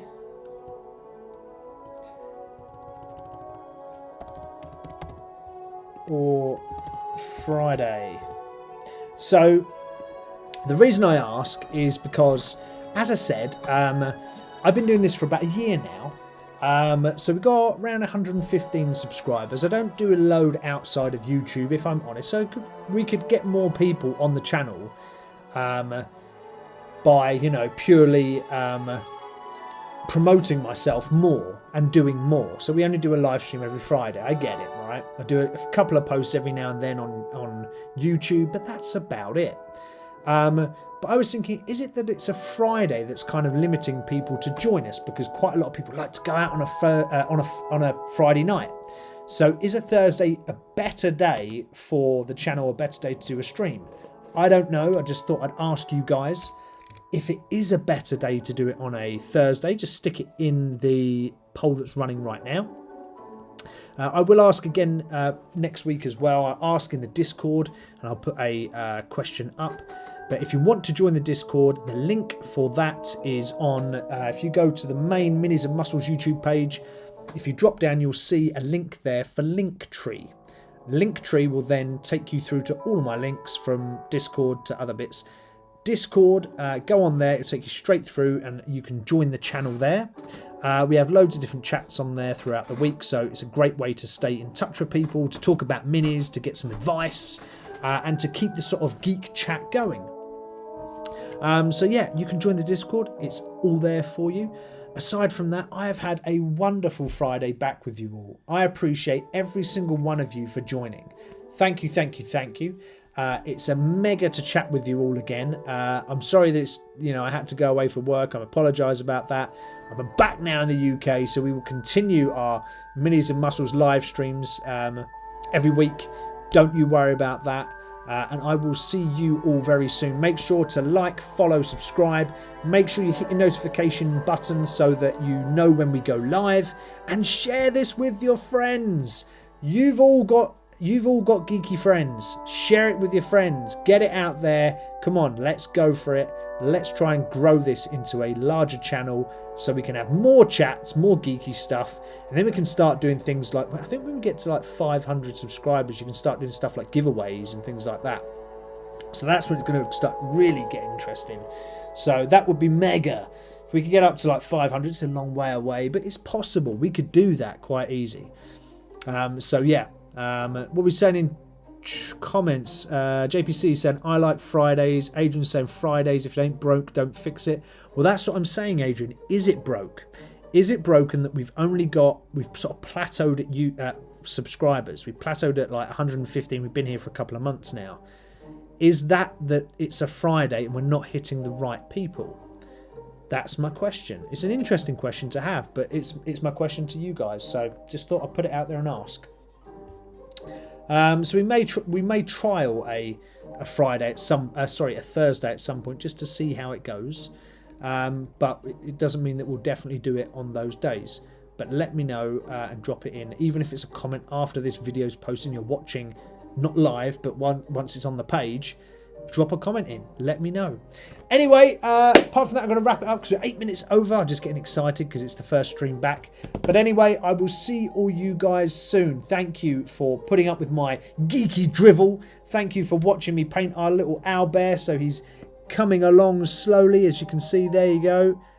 Not much detail on there. So that it's not a twig, Adrian. It's an antler for the deer that he's stamped on. But we're getting there slowly. If you can look, I don't know if I can get him any closer. Look, there you go. And you can see different shades of brown throughout. The camera's not great, so I do apologise. Adrian said, I can't do Thursday as that is quiz night at my local. Got you, all right. Well, anyway, appreciate every single one of you. Big love to you all. Stay safe, geek it up, and I will see you all very, very soon. See you for now. Bye-bye. Oh, now I've got to find my video first. Ta-ra, bye-bye. Minis-N-Muscles, we're heroes, right? The dying world still on its skies. Crushing air, where power we fight. Strength that breaks you, light in the night. Where the brawn meets the brawn. Just stories told in this love imagination mode. With every stroke, adventures unfold. Minis-N-Muscles, heart and soul.